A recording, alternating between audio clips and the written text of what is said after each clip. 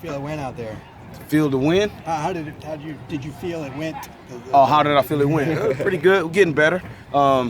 Guys are real mature now, you know what I'm saying? A lot of game time experience, things such like that. So, you know, communication was really great. They believe in communicating and getting guys, you know, in the right positions and stuff like that. So I got a lot of leaders in the group that's able to, you know, direct traffic out there. So it's almost, you know, it's really good to see the development of all these guys and getting to the point where they're at now where you can take the leashes off and let them do it on their own. Speaking of communication, I think Randall told us earlier that when he plays next to Jaleel, they've known each other for so long, they can almost communicate without speaking at all. Is that something you see as well? Yeah, well, they better not be not speaking at all. But, you know, we live by our 3 V's, which is visual, verbal, with volume. So, you know, they understand the hand signs and the gestures and things like that. So that might be what he meant by not speaking at all. You know, we got a lot of sign language out there. So, you know, it's pretty good to see. Is that the most experience? This is the most experienced secondary you've had since you've been here, you think? Oh, yes, sir. By far. You know, these guys have been playing together. They know each other's shortcomings. They know each other's strengths. You know, they know everything about each other. So they know where they need to be when they need to be there. So it's good to see. Fabian coming back, what does that mean? Oh, it's big because more so which is underrated about Fabian. He's a great leader. Great kid off the field, you know what I'm saying? He's a guy that's got him going in the weight room, in the meeting room. He can almost run the meeting himself, you know, with all the installs and different things we're doing. So he's pulling the young guys aside, and he's stern enough to correct the old guys too. So it's very, very good to see. When you went back and saw the film of him finishing that BYU game with the injury, how gutty was that?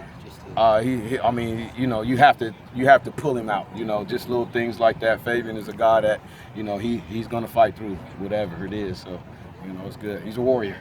He is a warrior. Talk a little bit about Tahan and if he's kind of turned the corner with his maturity and.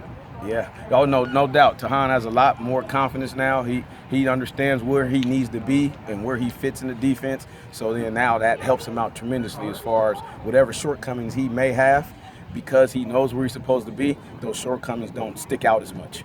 You know, so those are one of the things we know is really great, because we all know he's a game changer hitter. If he gets on track with people and he gets a beat on them, it could change the game.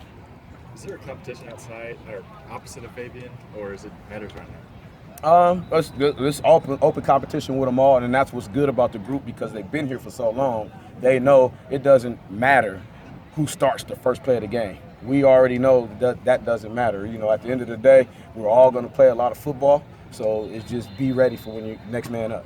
How much did that help Randall last year and in spring getting the reps that he did at corner? Well, when Randall first came in, he was a receiver corner type kid. So he's always played corner. So he's always been a guy, kind of a jack of all trades, a plug and play type of guy. But quite honestly, those are the type of guys that I love to recruit, because those, you know, in our conference with the ball up in the air a lot, you got to be able to mix and match. So, you know, put the short guys on the short guys and the big guys on the big guys. And it might cause for somebody to have to play safety to, you know, match up cover-wise, or somebody to play corner to match up cover-wise. So Darius Pickett putting himself in a place where he's going to get some playing time. Oh yeah, Pickett is what they call him the stalwart. He's a guy that's on special. He's a core special teamer, and he's showing up now in nickel and dime, and even our base package is like I said, all the group. We're going to play a lot of football. If they don't get caught up with who starts the very first play of the game, we'll be looking pretty nice this year. How do you do that? How do you keep them from not caring about who starts the first play of the game? They understand that now. That's the maturity of those guys. The young guys kind of don't see it like that, and they didn't see it when they were young, but now that they're older and understand, like, hey, man, I got to take advantage of my plays when I'm in there and when I make my plays, and that way they keep pushing each other. So that's how we kind of keep the competition going. Like every day, somebody got to pick somebody up. And as you see, I kind of changed the depth. It's not really depth, it's a rep depth. So, you know, the 2s and 3s getting more reps than the 1s. So some of the guys like, let me rep with the 2s today, coach, because they know they can get more reps. So things are such like that. So we kind of just mix and match it like that. Ishmael, do you think you might see any of him on defense this season? The possibility is always there. I mean, shoot, he's been what, how long has Ish been here? 100 years now.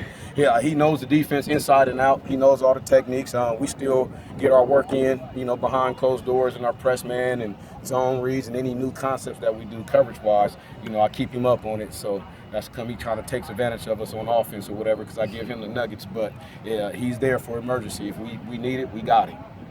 You guys led the conference in passing yards allowed last year. For you as a coach, what do you want your group to do next? What's their next step? The next best thing, whatever that may be. Let's repeat at that, and let's chase it up in the nation. I mean, you know, that's stats or what it is. Let's win the games. I want to win in no touchdown passes. Has anybody ever done that? No touchdown passes. You said this is the most experienced group you've had here. Where does it rank in terms of talent? Talent very high for us because we're so deep.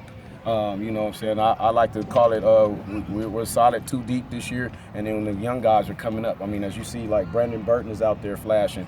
Keon Riley is a young guy, he's a little green, but the kid can run, and he's tough as nails and pretty smart, along with Brandon Burton. So those young guys are coming, not to mention, you know, you got Deshaun Holiday, you got Colin Samuel. Those young guys they're right there. You know, they're coming, and that's a tribute to the older guys pulling them guys along. So their development is going a lot faster than I kind of expected.